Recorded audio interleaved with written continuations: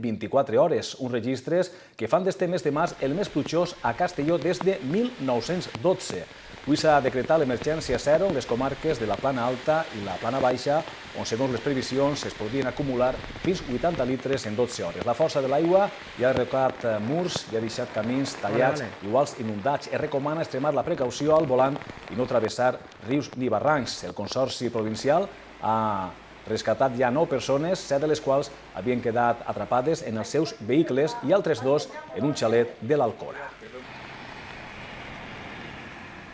Decenas de carreteras cortadas y badenes como este inundados es la imagen que ofrece la Alcora en un día muy lluvioso. Los bomberos han tenido que rescatar a un hombre de ese vehículo que tenemos a nuestras espaldas y también de esta zona han rescatado a una familia entera de una vivienda donde el agua había alcanzado ya 1 metro de altura.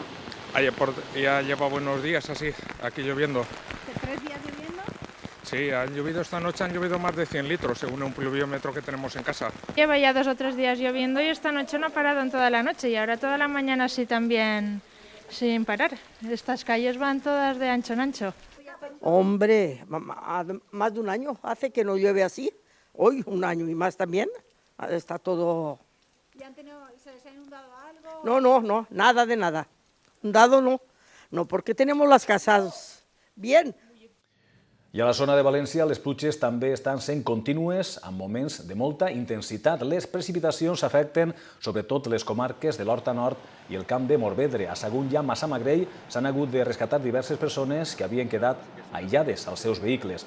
En altres zones de la província la pluja ha sigut més irregular. A Barx i a Bunyol s'han replegat més de 100 litres per metre quadrat. En canvi, cap al sud de la comunitat solament ha plogut fort a Alcoi.